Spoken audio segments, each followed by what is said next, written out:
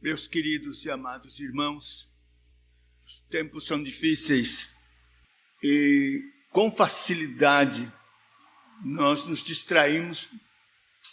Parece que as coisas do mundo se tornam mais atraentes e acaba sugando de nós tudo o que temos, até de precioso. E o que é de mais precioso que o mundo faz, através do tempo, e conforme as coisas vão acontecendo, e o progresso tecnológico que Deus permite que os homens tenham, por isso cada vez mais se afastando de Deus, é o que é chamado de humanismo, que coloca o homem no centro e assim enche-o de soberba. Bom, isto, claro, na história a gente vai observando, e desde 1792, com a Revolução Francesa, a religião foi começando a ser escanteada e o humanismo e o homem foi tomando o centro. E a gente pensa que nós podemos ficar isentos disso na igreja, mas não é assim. Porque estamos no mundo, em contato com o mundo. E estas coisas começam a ser absorvidas. Tudo o que acontece no mundo influencia. Eu não quero dizer com isso que não tem esperança, que não tem jeito, porque tem. Deus é maior que o mundo. O Espírito, que é o Espírito Santo, é maior do que o que está no mundo, diz a palavra de Deus. E nós, então, cremos que Deus já tem estabelecido a sua vitória para o seu povo santo. Deus tem um remanescente na igreja, que vai permanecer em todos os tempos, em todas as épocas, seja qual for a influência do mundo. Mas nós temos que saber disso e, vez por vez, Deus nos acorda e nos desperta para voltarmos. Sempre o Evangelho foi pregado, eu diria até 1830, dessa época, tendo Deus no centro. Era teocêntrico o evangelho pregado, porque é teocêntrico o evangelho da Bíblia. Deus no centro, Deus soberano, que elege, escolhe, salva a quem Ele quer, segundo o seu alvitre, beneplácito de sua vontade. Está escrito na Bíblia. Então, é assim que tem que ser pregado o Evangelho, foi assim que Jesus pregou o Evangelho, e é assim que os apóstolos pregaram. E os homens lá embaixo, com boca no pó, talvez haja esperança. Isso é o Evangelho, em que Deus é glorificado, sempre, na sua soberania. Mas, 1830, alguma coisa aconteceu que mudou esse eixo. E a figura que eu tenho que aqui, infelizmente, apresentar e nomear, chama-se Charles Finney. Ele se apresentou como um advogado muito influente, carismático, declarando que teve uma experiência com Cristo, e agora se tornou pregador. Ele, então, começou a pregar de uma forma diferente. Ele estabeleceu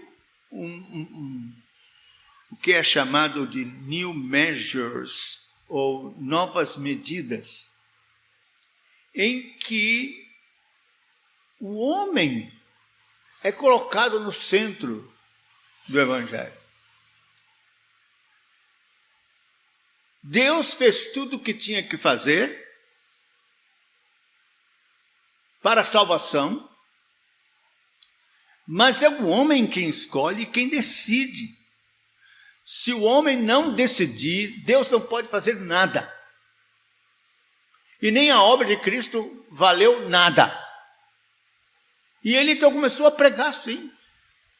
E fazia apelos para que as pessoas decidissem por Cristo, viessem para os bancos que ele chamava bancos dos ansiosos. Ele ensinava que tudo que era necessário para que o homem fizesse a sua parte estava dentro dele mesmo. Era chamado de virtudes adormecidas. E que ele precisava despertar essas virtudes. Então, era válido qualquer pressão psicológica, emocional, para que o homem despertasse essas virtudes e tomasse a sua decisão em favor de Cristo. E aí, quando ele tomava a decisão, então pronto, era aí Deus vinha e fazia parte dele, operando na vida dele.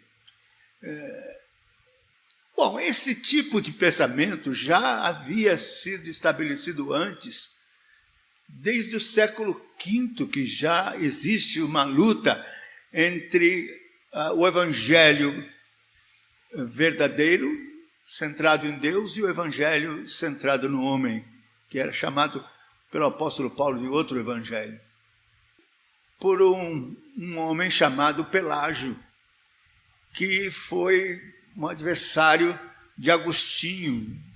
E Agostinho dizia, não, é a graça de Deus quem salva soberanamente. Pelágio dizia, não, o homem tem que fazer a sua parte, senão Deus não pode fazer. E assim foi, e Finney era, portanto, um pelagiano. Bom, se ficasse ali, naquele momento estanque, ou a influência não saísse da América do Norte, tudo bem, mas foi formada uma escola de evangelistas que pregava esse tipo de evangelho e que tomou uma abrangência no mundo inteiro com esse tipo de premissa de que era preciso que o homem decidisse, senão não adiantava nada o que Cristo fez. Foi uma escola. E a verdade é que isso chegou no Brasil também. Mesmo a igreja presbiteriana, com os seus símbolos de fé, que afirmam claramente a soberania de Deus na salvação, a obra particular de Cristo, específica em favor dos eleitos, e que Deus salva os seus eleitos. Isso está no nosso símbolo de fé, confissão de fé, breve catecismo, catecismo maior, está ali. A igreja presbiteriana tem esse tesouro. Mas os pastores foram esquecendo isso para lá e se deixando levar pela influência deste evangelismo popular, televisivo, que veio com força. E nós somos uma geração fruto, filhos desse tipo de evangelho. Eu fui grandemente influenciado por isso. E cheguei a pregar dessa forma. Mas então, como eu disse ontem, um evangelista, eu comecei a perceber que o que havia não era uma obra efetiva de Deus de regeneração na vida das pessoas, mas uma influência e uma adesão com esta premissa no coração, de tomar uma decisão e de que Deus abençoa e salva quem quer, quem se decide. A verdade é que esse evangelho não produz verdadeira regeneração. As pessoas vêm para a igreja, mas com essa ideia da centralidade do homem. Deus tem que se dar por satisfeito que eu ainda aceitei. Estou aqui. Agora ele tem que me abençoar, porque eu aceitei. Eu fiz a minha parte, agora ele tem que fazer a dele. Então, esse tipo de pensamento é ofensivo a Deus. É ofensivo. E a verdade é que as pessoas estão na igreja e não há diferença do comportamento na vida. As pessoas estão como o mundo dentro da igreja. Pronto. Nós temos que restaurar o chamado evangelho da graça. Trazer de volta isso. Aqui, conforme é a verdade em Cristo Jesus, conforme a palavra de Deus. E esse é o nosso propósito. Então, as pessoas aprenderam assim. Você precisa 4 leis espirituais. Que Deus é amor. Sabe que Deus é amor? Deus é amor. Segundo, você precisa saber que nós somos pecadores. Então, todos pecaram, destituídos estão da glória de Deus. Você precisa reconhecer isso e fazer uma oração dizendo: Senhor, perdoa todos os meus pecados, perdoa a multidão dos meus pecados. Terceiro, você precisa crer que Jesus morreu na cruz por todo mundo, pelos pecadores, o mundo inteiro. Então, você precisa reconhecer isso, crer e pedir que ele entre no seu coração. Se eu aceito, vem, entra no meu coração. E então, terminou essa oraçãozinha, você está salvo, perdoado os seus pecados. Você tem que ir para uma igreja e tal, servir a Deus. 5 passos, 4 passos, 3 passos. Os folhetos eram geralmente assim. E assim, as pessoas aprenderam, creram e vieram para a igreja com esse tipo de evangelho sintético. Chamado sintético. Mas, meus irmãos, a palavra de Deus, e eu vou falar hoje à noite especificamente sobre isso, nos fala de um Deus que é amor, mas é também justiça. Um Deus terrível por causa da justiça, porque ele é santo, então ele tem que ser justo. Sendo justo, ele não terá por inocente culpado, ele tem que punir. E é um Deus que odeia o pecado e que pratica o pecado. Porque tem gente que fala: Deus odeia o pecado, mas ama o pecador. Não vai nessa, não. A Bíblia ensina que ele odeia o pecado e odeia o pecador. Pratica o pecado. E se ira contra ele. E se ira. Deixa eu dizer um texto aqui, que eu sei que muita gente fica assim, mas eu pensei que fosse certo esse negócio de Deus odeia o pecado, mas ama o pecador. Não. Embora esse seja o assunto ainda que envolve a pregação de noite, eu vou abrir aqui no Salmo de número 5. E diz assim, verso 5, do Salmo 5, verso 5. E eu vou ler como está no original, porque aqui está mudado, a tradução aliviou. Os arrogantes não permanecerão à tua vista. Odeia, em vez de aborreces, odeias a todos os que praticam a iniquidade. No original não está aborrece, não. No original está odeias. Todos os que praticam a iniquidade. Odeias.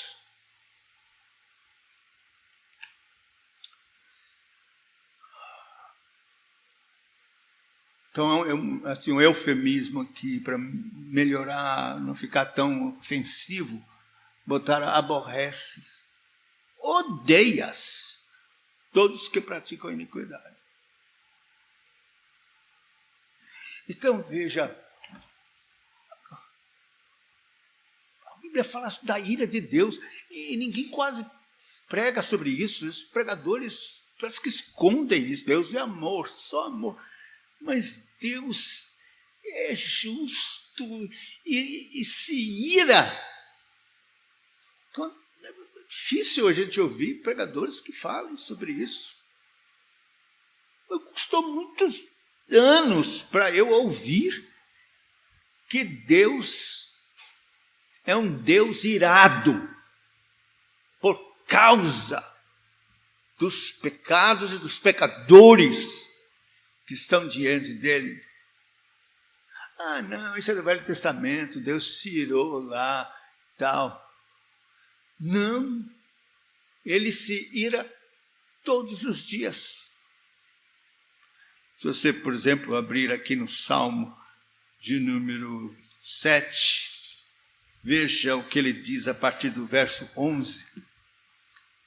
Deus é justo juiz. Deus que sente indignação todos os dias.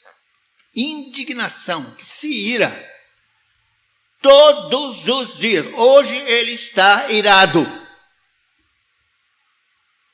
Se o homem não se converter, afiará Deus a sua espada, já armou o arco, tem-no pronto, preparou para ele já instrumentos de morte, preparou suas setas inflamadas. O pecador precisa ouvir isso. Um jornalista que estava na igreja quando Jonathan Edwards pregou pecadores nas mãos de um Deus irado. Ele disse que estava lá naquele dia e que ele então, como estava puxando o arco, apontava na cabeça. Deus já armou o seu arco e tem-no pronto para atirar. Então, esse é o Evangelho. O Evangelho fala de um Deus que se ira, mas, é claro, fala também de um Deus que amou pecadores, não todos. Ele amou o povo que ele elegeu antes da fundação do mundo, milhares em todos os lugares. E mesmo estes que ele amou, está debaixo da sua ira até que venham e sejam chamados a Cristo. É um paradoxo, né? Ele amou, escolheu antes, mas porque está em pecado, porque pratica o pecado, ele tem sua ira sobre a cabeça deles, que será tirada no momento em que forem chamados pelo Evangelho.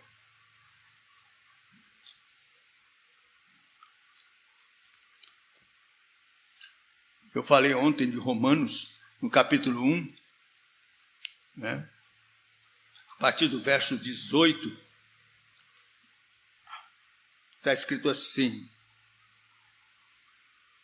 a ira de Deus se revela do céu contra toda impiedade e perversão dos homens que detêm a verdade pela injustiça. A ira de Deus se revela do céu. Portanto, se revela hoje a ira de Deus. Está aí revelada. E, meus irmãos, é justa essa ira de Deus? É absolutamente justa.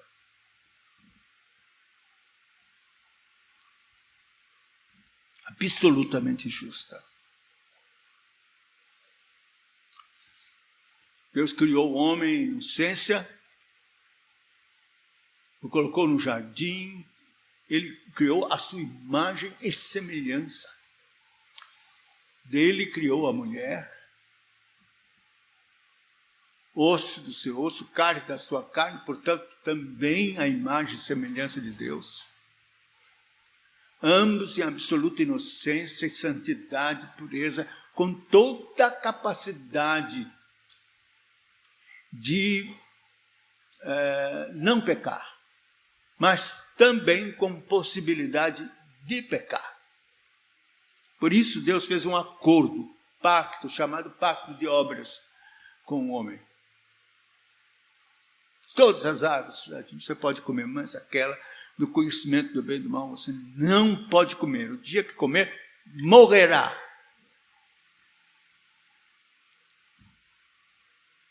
E havia tudo no jardim. O que eu acho precioso é que das frutas e de tudo que podia ter no jardim de maravilhoso, o mais saboroso, o mais glorioso é que ele tinha comunhão, amizade com Deus, conversava na viração do dia com o Senhor, tinha comunhão e amizade com Deus.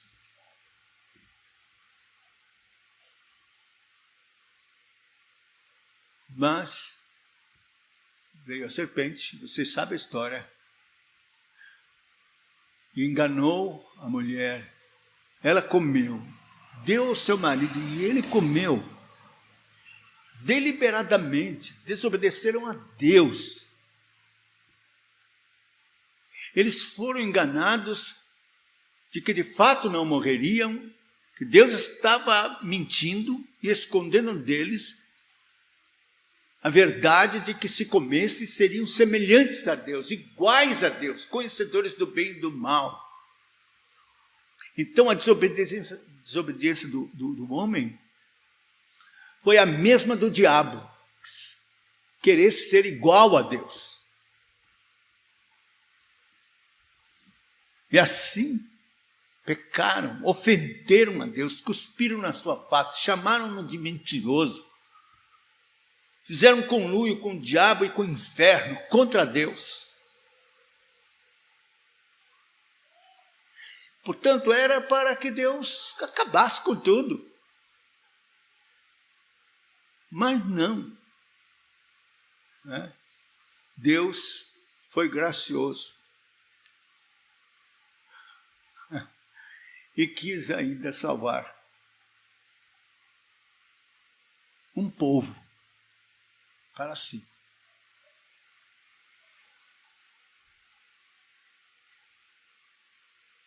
Mas eu quero mostrar hoje, o meu propósito nesta manhã, é mostrar a malignidade do pecado e o quanto nós somos pecadores.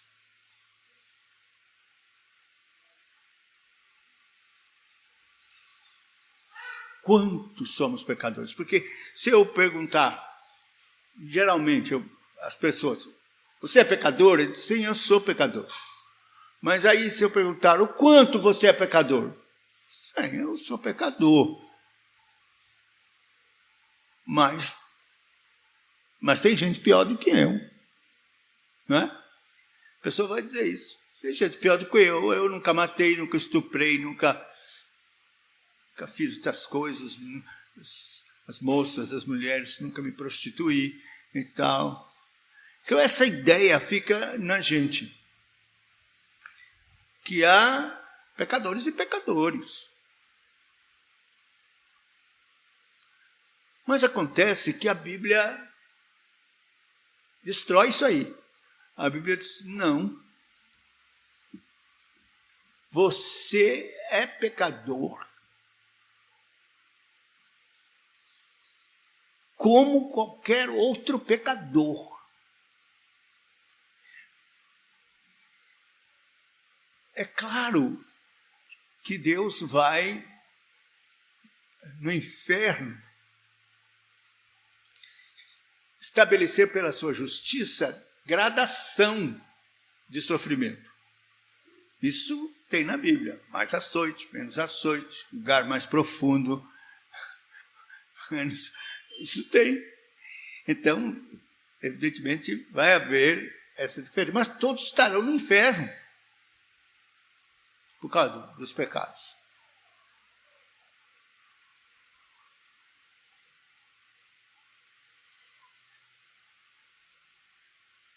E você não faz ideia do horror, da miséria, da podridão que subjaz dentro do seu coração. A palavra de Deus diz lá em Isaías: pois todos nós somos como o imundo. Veja a expressão, todos nós. Isaías está falando para o povo de Deus, Israel. Todos nós somos como o imundo. As nossas obras de justiça que a gente ostenta são trapos de imundícia, não serve nada para Deus, todos contaminados com o pecado. Para descrever de forma mais sensível isso, o Isaías, no capítulo 1, fala de feridas. Todos estamos cheios de feridas não exprimidas. Alguém cheio de feridas, tumores, pus saindo. Tudo que você pode pensar de horroroso. Essa é a expressão, o quadro que Isaías traz para mostrar a situação do pecador, de todos nós, diante de Deus.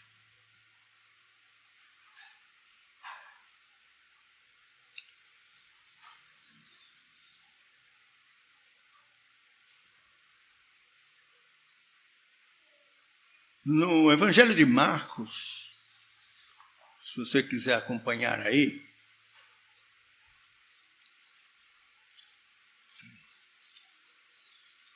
no capítulo 7, a partir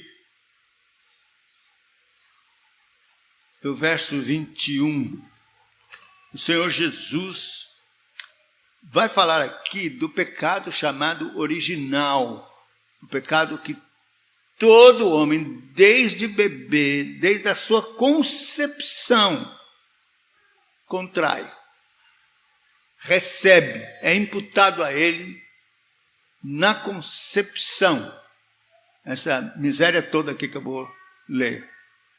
Marcos 7, 21. Porque de dentro do coração dos homens é que procedem os maus desígnios, a prostituição, os furtos, os homicídios, os adultérios, a avareza, as malícias, o dolo, a lascívia, a inveja, a blasfêmia, a soberba, a loucura. Ora, todos esses males vêm de dentro e contaminam o homem. Perceba que ele não diz assim, porque dentro do coração de alguns homens. Não. O texto não diz isso. O texto diz, de dentro do coração dos homens. Isto é, de todos, homens e mulheres. É um termo genérico. Toda a humanidade, todos os homens, grandes e pequenos. É engraçado que hoje ainda existe dentro da igreja pessoas que admitem que as crianças, elas não têm pecado até a idade da razão. Que elas são inocentes. Isso é absurdo. A Bíblia não diz isso. No Salmo 51, o apóstolo Paulo diz, em pecado me concebeu a minha mãe. Ele está dizendo, eu fui concebido já em pecado. E ele não está falando da relação sexual, não. Ele está falando da concepção lá no útero, né? Quando há essa junção do gameta masculino com o gameta feminino e o óvulo é concebido, o pecado, essa lista aqui e outros muito mais, que são os pecados de Adão, são imputados no óvulo. Quer ver? Salmo 58, versículo 3. Vamos ver quando isso acontece. Desviam-se os ímpios desde a sua concepção, nascem e já se desencaminham, proferindo mentiras. Desde quando? Desde a sua concepção. Então, as crianças, os bebês, não se enganem, elas estão contaminadas com o pecado original, o pecado de Adão. Eu sempre lembro e conto isso. J. Serraille foi visitar alguém da sua igreja e ela tinha tido neném. Então, quando ele chegou, ela, pastor, venha ver o meu anjinho. Aí ele foi. Chegou lá, estava no bercinho, aquela coisinha tão linda, fofa. E disse, conheci o seu monstrinho. A mãe tomou um susto, que é isso? Aí ele riu e disse, é a verdade. A estutícia está dentro dela. A Bíblia diz a estutícia está dentro do coração da criança. E logo, logo você vai ver isso. Né? Bebezinho já. Mostrando a estutícia. Já. Não tem como. Está lá. Então isso é chamado pecado original. Está dentro de todos nós. Ninguém escapa. Só um não teve pecado original. Cristo, o único que foi concebido por obra e graça do Espírito Santo e não recebeu, por processo ordinário, pecado algum. Cristo, Jesus de Nazaré. Este não teve pecado. Ele nasceu da natureza de Maria por obra e graça do Espírito Santo. Ela não teve relação alguma com homem algum, não teve relação com José, ele a conheceu somente depois que Cristo nasceu, porque ele era ente santo. Mas o resto, você e eu, todos que estão aqui, estamos contaminados com o pecado de Adão, e essas misérias aqui, que eu acabei de ler em Marcos, que o Senhor Jesus diz que nos contaminou, o pecado nos contaminou, ele falou isso, está aqui, veio da boca de Cristo. Isso, essa relação tão terrível.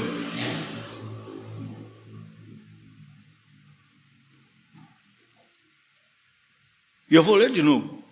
De dentro do coração dos homens, do meu coração, o seu.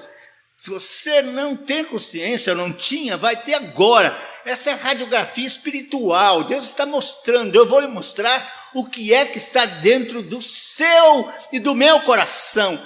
Ele está mostrando agora. Maus desígnios, prostituição, furtos, homicídios, adultérios, avarezas, malícias, dolo, engano, mentira, lascívia, inveja, blasfêmia, soberba, loucura. Todos esses males vêm de dentro do coração e contaminam. Contaminou a mim, contaminou você, e esta é a realidade. E você diz assim, mas eu nunca fiz isso, eu nunca matei ninguém, eu nunca... Mas está lá dentro. Você é um assassino em potencial.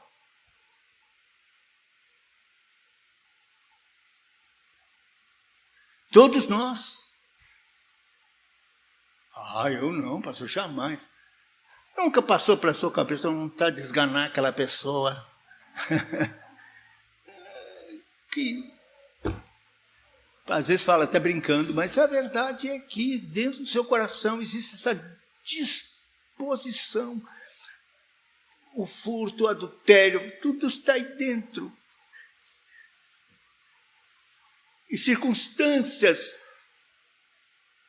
vão fazer aflorar isso ou não, dependendo da vontade de Deus. Mas os homens estão contaminados e cheios de pecado.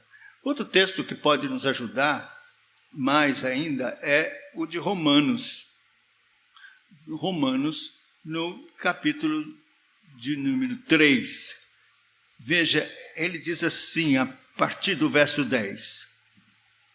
Como está escrito, Romanos 3,10. Como está escrito, não há justo, nenhum sequer. Não há quem entenda, não há quem busque a Deus. Todos se extraviaram, a uma se fizeram inúteis. Não há quem faça o bem, não há nenhum sequer. A garganta deles é sepulcro aberto. Com a língua urdem engano, veneno de víbora está nos seus lábios. A boca eles a têm cheia de maldição, de amargura. Seus pés são velozes para derramar sangue. Nos seus caminhos há destruição e miséria. Desconhecem o caminho da paz. Não há temor de Deus diante dos seus olhos. Ele está fazendo a citação de um salmo, salmo de número 14. Ele está falando que essa é a realidade. Veja, não há justo, nenhum sequer. Não há quem entenda, não há quem busque a Deus. Todos se extraviaram e uma se fizeram inúteis. Não há quem faça o bem, não há nenhum sequer. A Bíblia não mente, não há. Ela está dizendo, você não faz o bem, você não é justo. Está dizendo, a Bíblia não mente, Cristo não mente, Deus não mente. Eu, quando li esse texto, pensava, bem, ele está falando não de mim, de outras pessoas, garganta, sepulcro aberto, eu não tenho isso não. Veneno de víbora no meu lado, boca cheia de maldição, pés velozes para derramar sangue. Que é isso? Não sou eu não, ele deve estar falando de alguém. É de mim mesmo, nada de alguém. Está falando de mim, de você, ele está fazendo uma descrição de como Deus vê e enxerga o nosso coração. É assim que nós somos. É essa miséria aqui.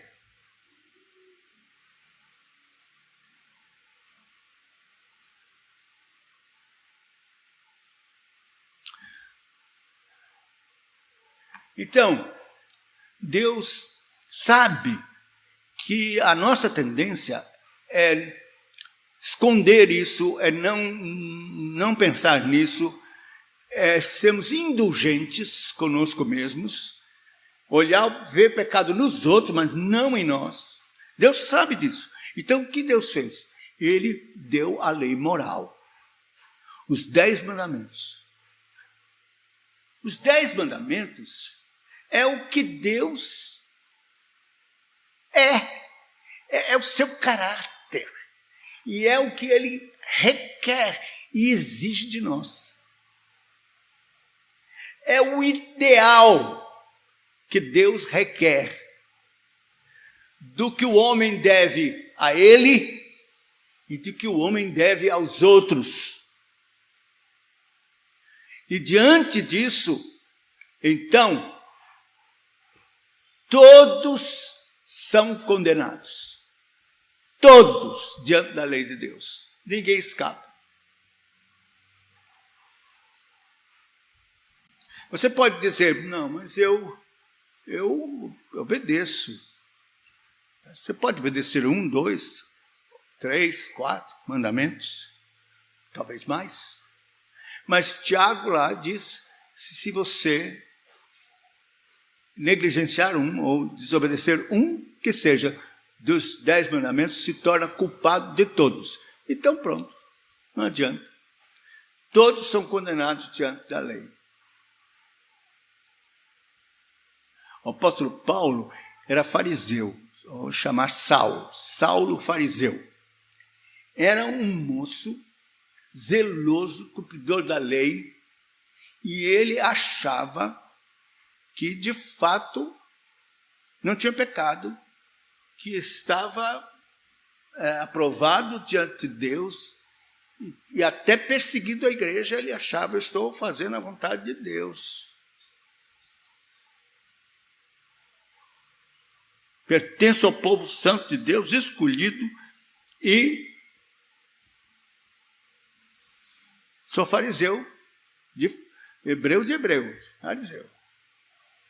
Zeloso cumpridor da lei. Até que ele se confrontou com o 10º mandamento. Ele conta isso no capítulo 7 de Romanos. Até que então eu vi o mandamento, não cobiçarás. E ele disse, esse mandamento me matou. Esse mandamento me matou. Então, se você precisa ser confrontado com a lei de Deus, porque é a lei que vai botar para fora, vir na sua cara, diante de você, que você é um pecador, transgressor da lei de Deus. Amarás o Senhor teu Deus de todo o coração, de toda a tua alma, toda a força, todo o seu entendimento, tal. Não terás outros deuses diante de mim. Aí você vai olhar o mandamento e pensa, eu não tenho ídolo, eu não tenho outro Deus, só tenho Deus mesmo. Daqui a pouco você começa a descobrir que, na verdade, você tem outros deuses. A quem você ama, a quem você serve.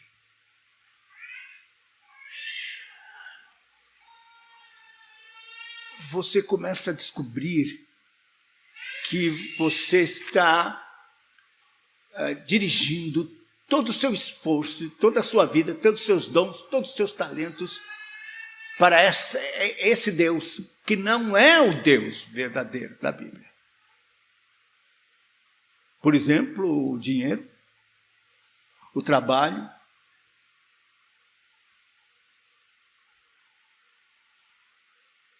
ou uma pessoa que você ama.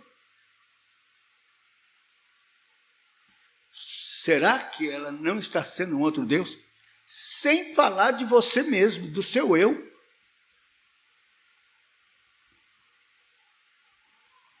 Que é mais importante que Deus. Que vai para frente. Né? Não farás para ti imagem. Segundo mandamento, é um mandamento que mostra como deve se adorar a Deus. Não é para fazer imagem. Não é a adoração a Deus, ela não deve ser carnal, mas espiritual.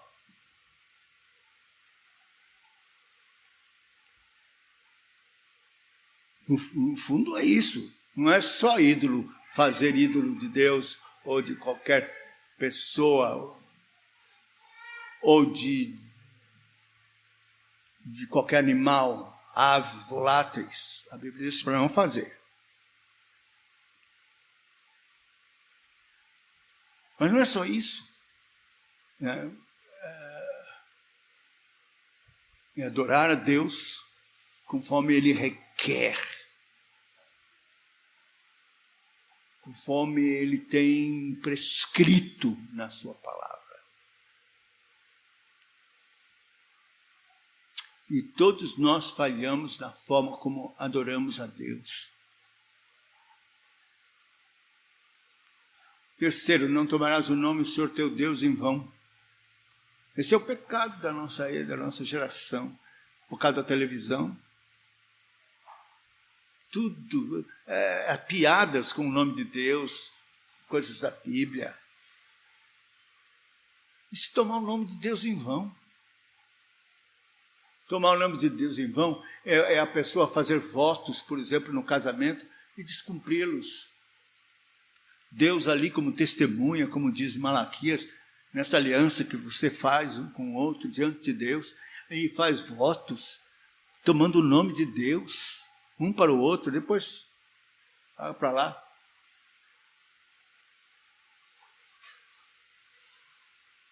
Tomar o nome de Deus em vão, por exemplo, é você desprezar o culto de Deus, não vindo, trocando por uma novela ou por qualquer outra coisa, compromisso, sítio, o que for, futebol, ou estar na igreja, no culto, e não prestar atenção, ficar conversando, passar bilhetinho, ou pensar em outra coisa, tá no culto de Deus. Isso é tomar o nome de Deus em vão, é o terceiro mandamento. Dormir no culto é pecado. Terceiro mandamento. E tomar o nome de Deus em vão. Além de falar, meu Deus, meu Deus, meu Deus, tudo meu Deus, qualquer coisa barata. Ai, meu Deus. Errado. Tomar o nome de Deus em vão. Pelo amor de Deus. É tomar o nome de Deus em vão. Acabar com isso. Mas veja, eu estou mostrando que nós pecamos todos os dias, transgredindo este mandamento. Quarto mandamento, lembra-te do sábado, dia do Senhor. Não é? Então, hoje é o pecado da igreja, é esse quarto mandamento hoje. Porque é assim, vão para a igreja, assiste culto, a escola dominical, não sei o quê, e depois, aí vão, ligam a televisão no dia do Senhor e toda aquela coisa,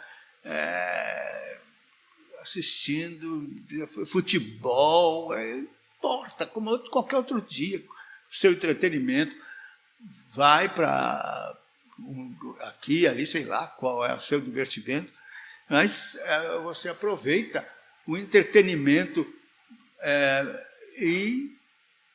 e assim no dia do Senhor, obrigado, meu irmão, no dia do Senhor, as igrejas não fazem questão, não permite. Eles vieram no culto, pronto, está liberado. Não, é um dia inteiro. A nossa confissão de fé fala, é um dia inteiro consagrado ao Senhor. Esse dia não nos pertence. É um dia que devemos santificar ao Senhor. Mesmo terminou o culto em casa, almoçou, ou você descansa, ou você lê a Bíblia, ou você faz um cultinho com a família no dia do Senhor. Depois tem o culto à noite, e você sai do culto à noite, deve ruminar aquilo que ouviu da palavra de Deus. É o dia do Senhor, esse dia não é nosso, mas é o pecado de nossa geração, de nossa igreja.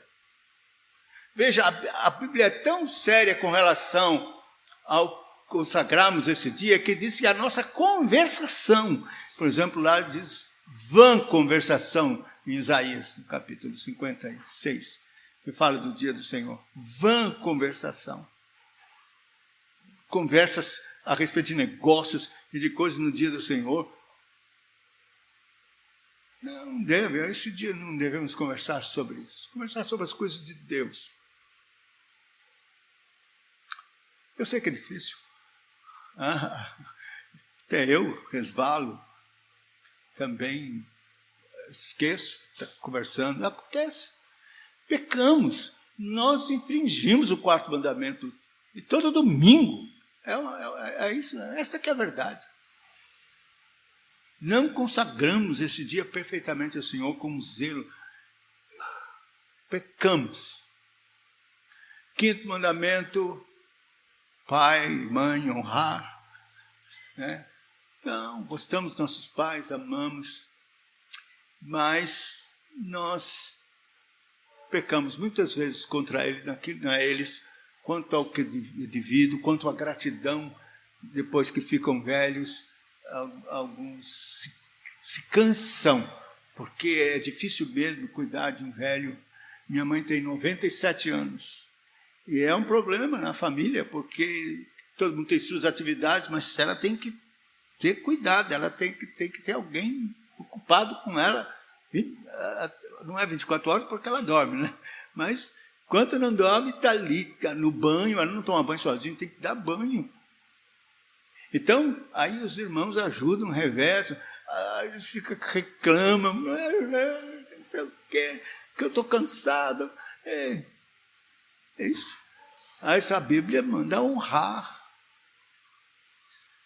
pai e mãe. Mas não só pai e mãe, nossos superiores. Pessoas que Deus colocou, por exemplo, na política, às vezes gente ruim, mas que a gente tem que orar por eles e pedir, meu Deus, converte. Né?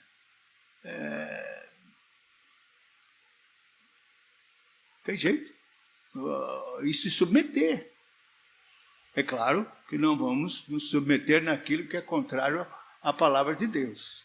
Importa antes obedecer a Deus do que os homens.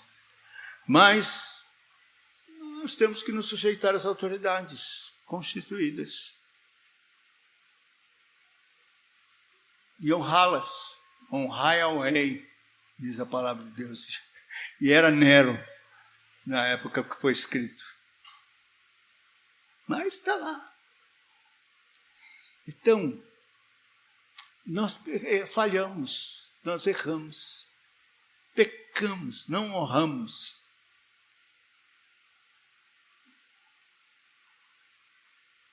E na nossa cultura brasileira, quando a gente não gosta de alguém na política, a gente zomba, é piada, é tudo que é de ruim. Sexto mandamento, não matarás.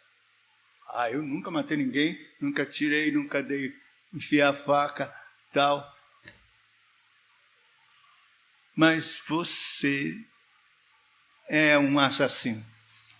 A Bíblia diz que se alguém não ama o irmão, é assassino. Está escrito. Já viu esse versículo? Se alguém não ama seu irmão, é assassino. Assassino não tem herança no reino de Deus. E quantas vezes nós temos rusgas e coisas com irmãos?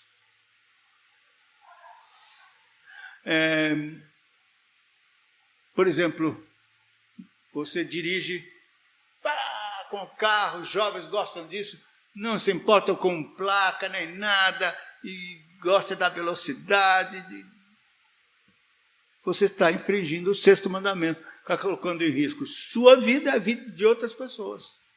Você está pecando dirigindo assim.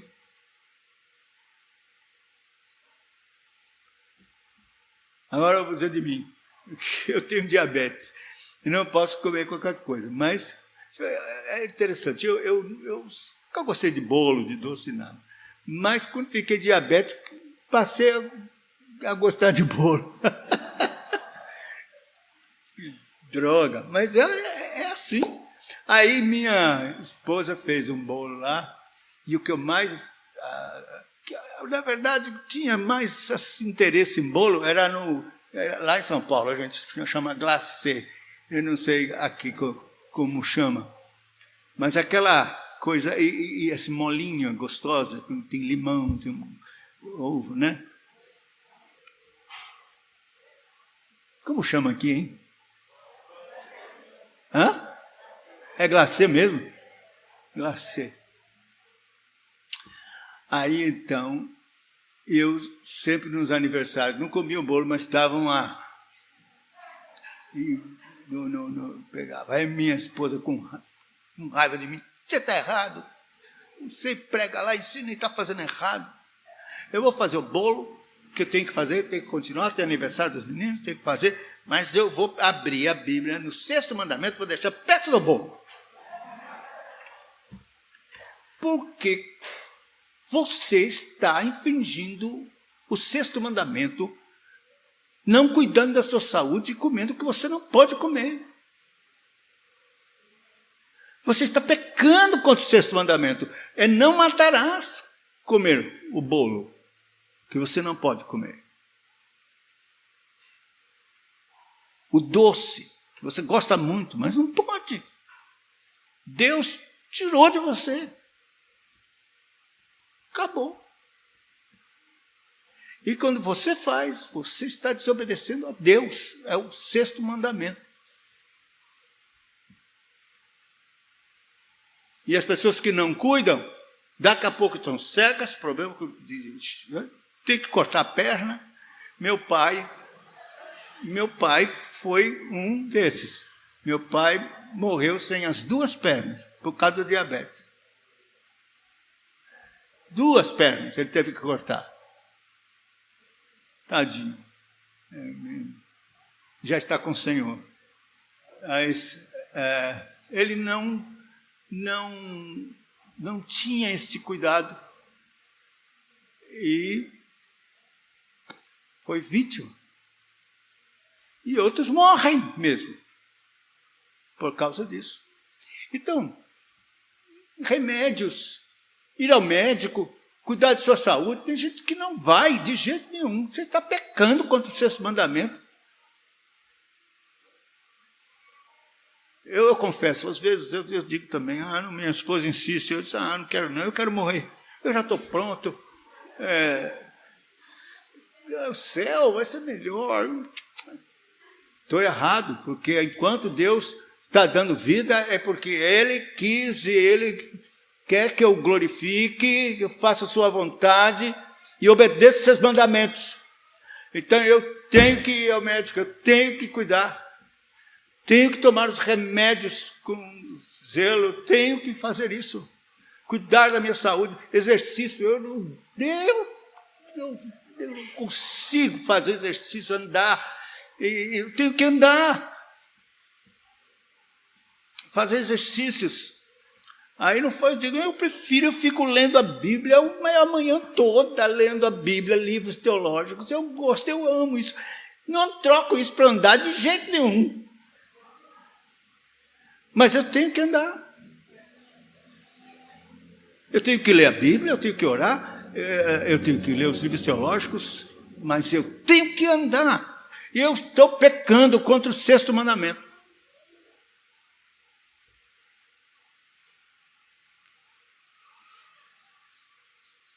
Sétimo, não adulterarás. Isso é mais fácil, né? De você admitir que tem pecado contra o 7º mandamento. Principalmente em pensamentos. É onde Satanás age mais. Através dos olhos, filmes, internets, filmes que não são pornográficos, você já viu? Eles não são, eles têm um objetivo, é uma guerra, mas sempre tem uma cena lá que o diabo coloca e que vai ficar na sua mente, vai lhe atormentar. Você vai dormir, você não lembra nada mais do filme, só daquela cena miserável. Mas é o jeito do diabo fazer. Por isso, cuidado com os olhos. Jó diz, fiz um pacto, eu fiz uma aliança com meus olhos, eu não vou colocar numa virgem, eu fiz aliança. Quer dizer, ele percebeu que tinha que tomar uma decisão, porque ele estava pecando com isso, então eu vou parar. E fazer uma aliança com os meus olhos. E Jesus fala, se os seus olhos forem trevas, como será o seu corpo todo? Trevas. Falando de como nós temos que cuidado com o que nós colocamos diante dos nossos olhos, por causa do 7º mandamento. E ter zelo e cuidado com relação aos namoros, como namorar, os jovens, tem que cuidado. Cuidado. Há coisas no namoro que pertencem ao casamento. É parte do jogo do ato sexual, que só pode ser no casamento. Como é que você está fazendo como namorando, fazendo coisas do ato sexual?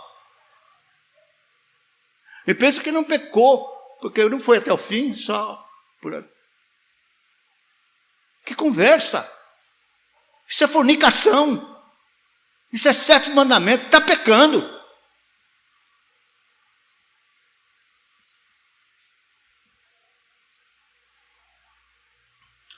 Lá em Carta aos Efésios, no capítulo de número 5, diz assim: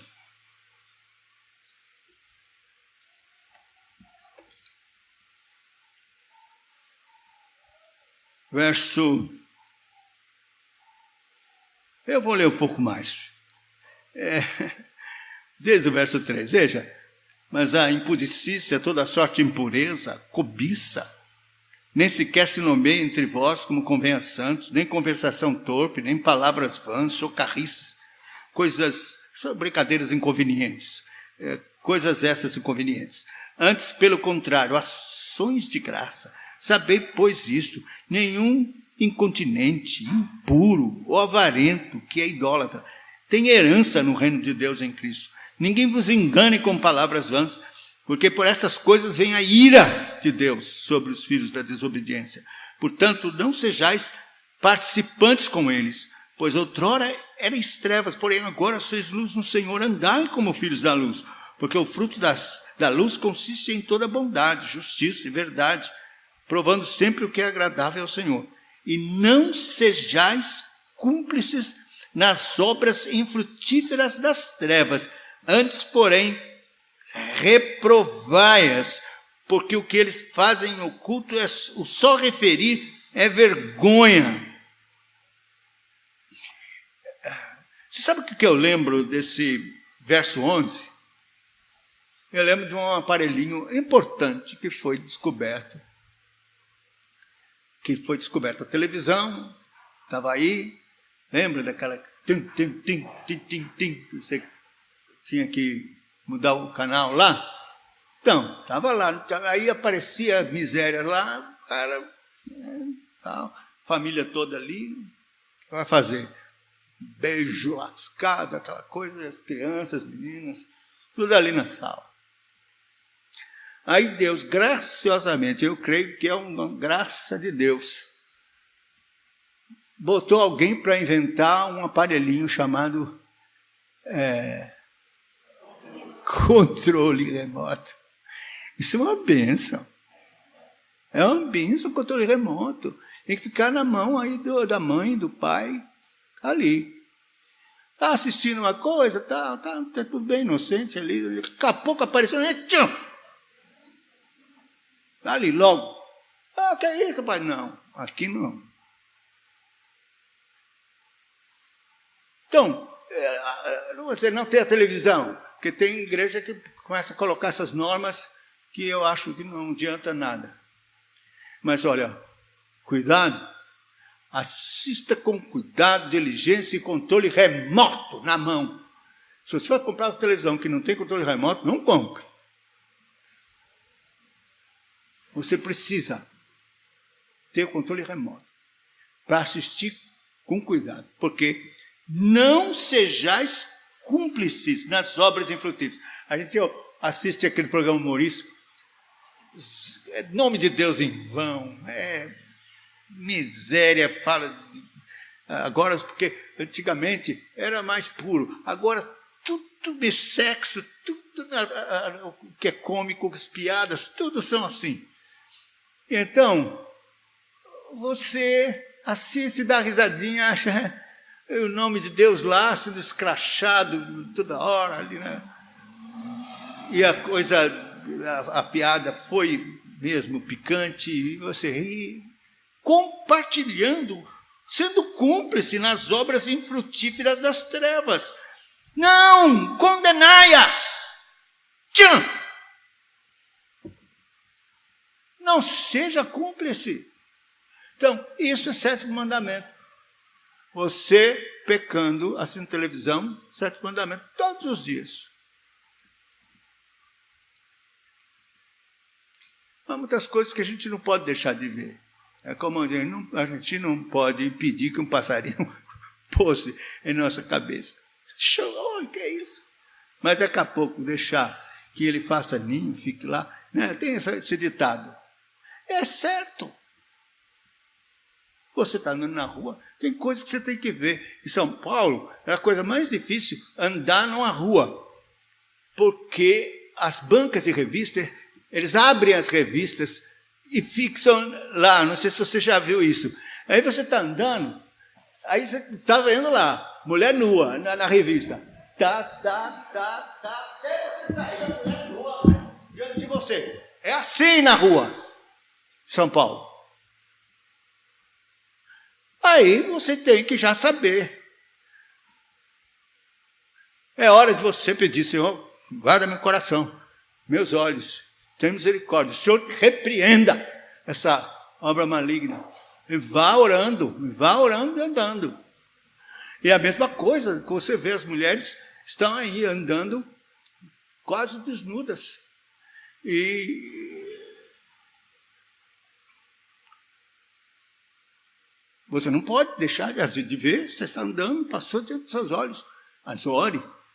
Uma coisa boa é orar. Senhor, salva essa mulher.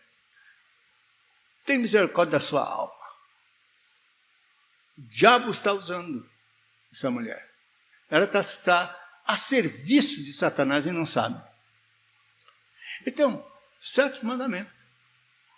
8º, não furtarás. Eu vou adiantar aqui para filmar rápido. Há muitas maneiras de furtar. Você não precisa assaltar ninguém. Você pode fazer negócios escusos. Você pode fraudar o fisco, o imposto de renda, mentir, ocultar e não sei o quê.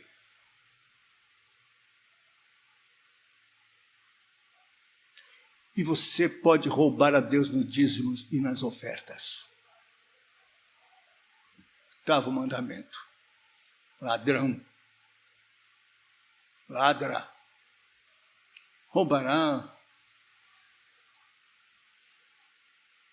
ao Senhor. Em que roubam? Nos dízimos e nas ofertas. 9º mandamento é não mentir. É a coisa mais normal do mundo. Tem gente que acredita na mentira branca, não sei o quê. Que mentiras que são necessárias. Que conversa é essa? Tem gente que até forma teologia para justificar mentira. Raabe mentiu, ocultando os espias. Isso é mentira necessária, mentira teológica. Raabe mentiu, pecou. Tinha outras formas, se ela realmente cresce em Deus, podia dizer, vá lá, vasculhe a casa e crê que Deus não iria permitir que os espias, que eram do povo de Deus, fossem vistos, flagrados. Ela mentiu, pecou. E todas as mentiras que estão na Bíblia é pecado. A Bíblia relata pecado. Não tem mentira justificável. A mentira é do diabo. Nunca é de Deus. Então, não tem como escapar, não. E há muitas formas de mentira. Pecamos todos os dias. 9º mandamento. O 10º, não cobiçarás. Também. A gente sabe, a cobiça está lá dentro do nosso coração. Não há nada de você querer progredir, ter coisas. É importante, é bom trabalhar e pensar, quero ter um carro, quero ter... Mas o que Deus condena é a falta de contentamento com aquilo que Deus lhe deu, com a condição que Deus lhe deu. E ficar reclamando e dizendo, queria tanta... Infeliz, descontente. Esse descontentamento é pecado contra o 10º mandamento. Está aí.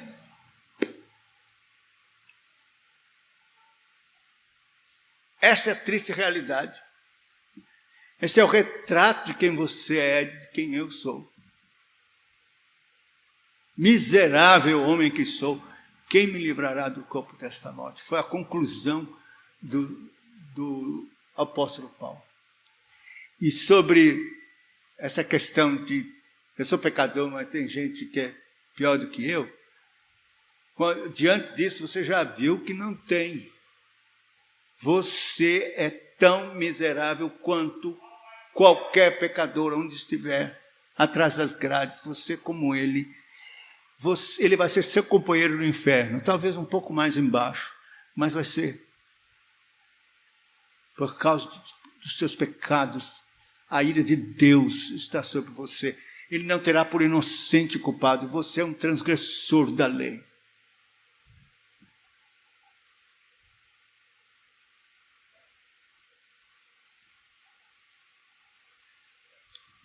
Aí você, então, e agora? Então, a Bíblia fala que a saída é o arrependimento. O que é arrependimento? Que importante. Você falar, de fato eu sou pecador, se eu estou arrependido, perdoa os meus pecados. Arrependimento não é isso. É muito mais sério. Nosso símbolo de fé dizem que o arrependimento é uma graça evangélica. É uma graça. O arrependimento é obra de Deus. Você não tem capacidade de se arrepender por você mesmo. Você tem que buscar o arrependimento. Você tem que orar e pedir: Deus, me concede arrependimento. Eu quero que você siga comigo alguns textos aqui que eu vou ler. Primeiro, Atos, capítulo de número 5. Eu pedi ao pastor para me deixar,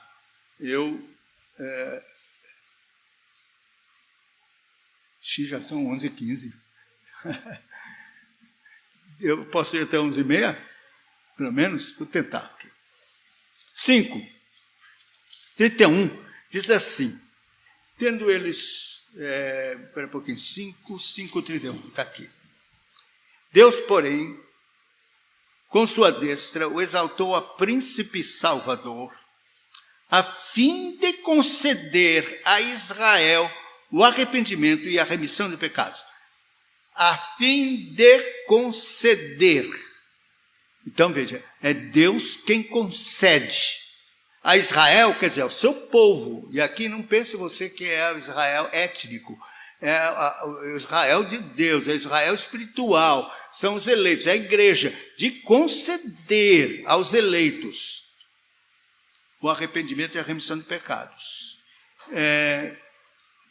No capítulo de Atos 11:18, para a pessoa não pensar que é só Israel étnico, ele deixa claro aqui, e ouvindo ele estas coisas, apaziguaram-se e glorificaram a Deus, dizendo, logo também aos gentios foi por Deus concedido o arrependimento. Então, os judeus, tem eleitos entre os judeus que fazem parte do Israel escatológico, espiritual, que tem junto judeu e gentil. Deus concedeu também arrependimento para gentios. Mas é Ele que concede. Veja Romanos capítulo 2, verso 4.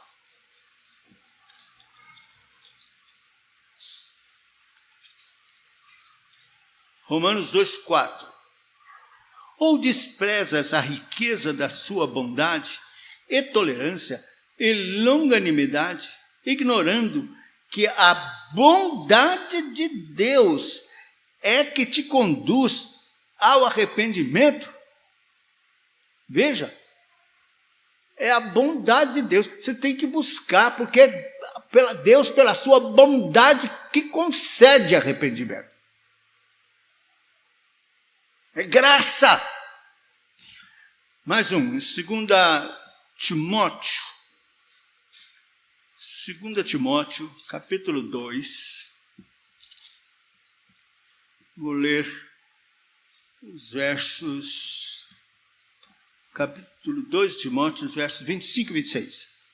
Disciplinando com mansidão os que se opõem, na expectativa de que Deus lhes conceda não só arrependimento, para conhecerem plenamente a verdade, mas também o retorno à sensatez, livrando-se eles do laço ou dos laços do diabo, tendo sido feitos cativos por ele para cumprir a sua vontade. Veja, na expectativa de que Deus conceda arrependimento. Então, é graça. Você precisa orar. A oração mais importante da igreja é: dá-me arrependimento. E o que é arrependimento? Bom, arrependimento é a pessoa ser convencida pelo Espírito Santo da sua miséria, de que ele é um miserável pecador, que é o pior de todos os pecadores. Olha, quando o Espírito Santo convence alguém do pecado, ele não fica dizendo: eu sou pecador, mas tem gente pior que eu. Não, ele vai dizer como Paulo: fiel é a palavra, digna de toda aceitação, que Cristo Jesus veio buscar pecadores, dos quais eu sou o principal. Mas também ele perseguiu a igreja. Nada disso, não é só por isso não. Ele teve convicção de pecado. Quem tem convicção de pecado diz: eu sou o pior. A convicção é tão grande da sua miséria, Deus revela, bota para fora toda a miséria que tem dentro do seu coração, lhe convence disso, que você não tem dúvida, não tem ninguém pior do que eu. Eu sou o pior. Isso é convicção de pecados.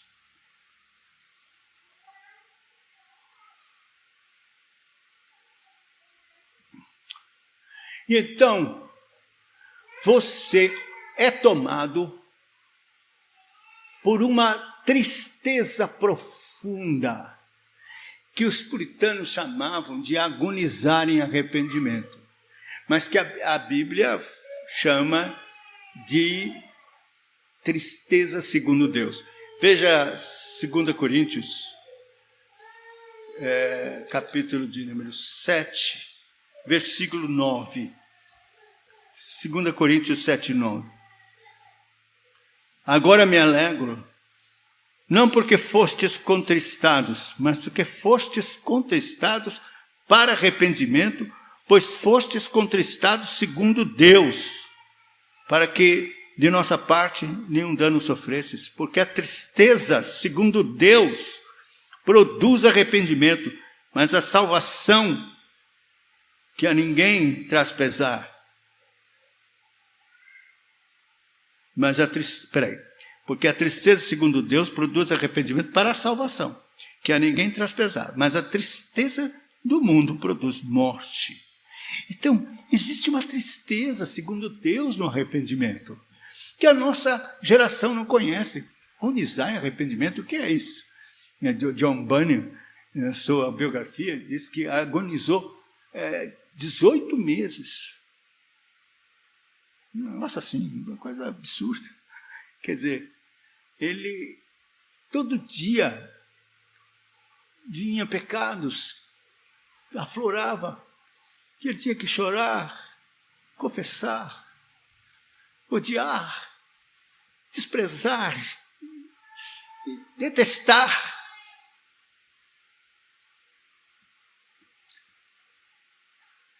John Owen, 2 meses, puritano, que ficou tão enfermo que mal podia escrever uma frase. Ele era o vice-chanceler da Universidade de Oxford, o teólogo mais ilustrado de todos os puritanos. Não podia escrever uma frase de tão acabado, triste, arrasado, tomado por convicção de pecado. A gente não sabe o que é isso. A gente fez a oraçãozinha: perdoa a multidão dos meus pecados, amém. Então isso não é arrependimento. Nós somos uma geração que não passou por um verdadeiro arrependimento. Por isso a gente tem que orar e pedir a Deus. Quem sabe um dia você, trabalhando lá no seu trabalho, lavando a louça, em casa, uma tristeza, parece que morreu alguém, e não sabe o que é. Começa a chorar, sem entender bem o que é isso. Vai orar, e só pensa nos seus pecados, o que fez, como ofendeu a Deus, e você começa a passar por esse período de tristeza segundo Deus, como a Bíblia diz, que produz arrependimento. Bom, eu não quero, a Bíblia não ensina, nem diz para a gente estabelecer uma fórmula de como deve ser. Cada um tem sua experiência de arrependimento. Mas eu estou dizendo que, no geral, não houve arrependimento. Nós brincamos com o pecado. Nós temos assim uma sensação mágica de que basta você levantar a mão, ir à frente, crer ou fazer profissão de fé, então acabou, não tem mais, os pecados não importam mais, pode pecar e tudo lá. E não é assim. É claro que quando nós cremos em Cristo, o sangue de Jesus nos purifica de todo pecado. E a justificação é algo real. Deus nos justifica por causa de Cristo. Ele aplica a justiça de Cristo quando cremos. Isso é verdade. De tal maneira que você é lavado pelo sangue de Jesus, purificado e livre da condenação da lei. Porque Cristo cumpriu a lei por você e pagou a sua dívida quanto à lei na cruz, derramando o seu sangue. É verdade. Mas é preciso ter essa experiência de arrependimento, convicção de pecados. Então, Cristo vem com sua graça e opera com seu poder o perdão completo dos nossos pecados. Mesmo assim, como crentes, todos os dias nós precisamos nos arrepender e confessar pecados. Porque entristecemos a Deus nos nossos pecados. E Lutero dizia assim, o arrependimento e o confessar pecados é como a barba. Você faz a barba, então amanhã está saindo de novo. Então é arrependimento todo dia. Diante de Deus, clamando por misericórdia, pelos seus pecados. Isso não quer dizer que você vai perder a salvação se você não fizer isso. Não. O arrependimento na vida do crente já salvo pela graça de Deus é porque ele entristece o Espírito Santo quando peca. Isso atrapalha o seu caminhar. Isso é aquele peso que tenazmente nos assedia para correndo a carreira.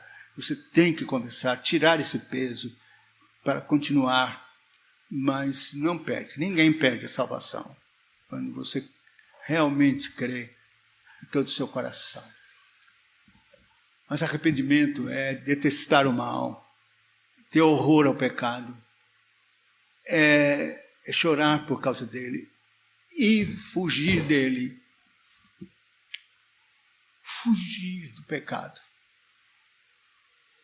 E abandonar mesmo. Aí eu teria que fazer outro estudo com vocês de como trabalhar esta mortificação do pecado, que é outra coisa que não se faz estudo, não é? Sobre isso. John Noe tem um livrinho, ele no seu livro, que ele tem uma obra extraordinária, mas ele é quem tratou da mortificação do pecado. É uma coisa que nós precisamos aprender, é mortificar o pecado, trazer esse pecado até a cruz para que ele seja morto. Às vezes leva tempo, mas o crente tem que buscar isso, nunca se conformar com o pecado. Deus nos abençoe, Deus tenha misericórdia de nós. Vamos orar, pedir que Deus opere esse arrependimento na nossa vida. Senhor, nós nos humilhamos diante de Ti, como miseráveis pecadores que somos, desobedientes, transgressores da Tua lei. Senhor, nos humilhamos com o rosto no chão, figuradamente, boca no pó. Reconhecemos que temos entristecido e ofendido o Senhor com os nossos pecados. Tem misericórdia de nós, meu Deus. Tem misericórdia. O Senhor prometeu conceder arrependimento a Israel e aos gentios. O Senhor prometeu conceder arrependimento. Vem, Senhor, concede-nos a essa igreja, a mim, a todos nós aqui. Visita-nos com o poder do Teu Espírito Santo, nos humilhando até o chão, é o nosso lugar, com boca no pó, clamando: meu Deus, tem misericórdia, ajuda-nos a não nos conformarmos com o pecado, a não tratarmos com indiferença ou superficialidade. É algo terrível, e a própria cruz e o sofrimento de Cristo mostra o quão terrível e maligno é o pecado, e como o Senhor odeia o pecado, e nós temos que odiar também. Tem misericórdia de nós, meu Deus, ajuda-nos, visita-nos, quebranta-nos, Senhor, convencendo-nos do pecado, da justiça e do juízo. Tem misericórdia, meu Deus, esta obra é Tua, da graça, nós não podemos por nós mesmos. Senhor, visita-nos, tem misericórdia de nós. Imploramos e pedimos estas coisas, especialmente a graça do arrependimento, pedimos, no nome santo do Senhor Jesus. Amém. Irmãos, nós encerramos esse momento de estudo, de exposição da palavra do Senhor, à noite, às 18 horas, não é 18h30, às vezes a gente confunde. Chegar então, vamos buscar estar em ponto, chegar cedo, alguns minutos antes aí para a gente estar preparado. E à noite então estaremos prestando culto público, e o reverendo Josafá estará fazendo a sua exposição, como ele já tem nos convidado aí. E é o nosso dever diante do Senhor, para estarmos buscando graça diante dele. Então vamos em paz e à noite estaremos juntos, se Deus quiser.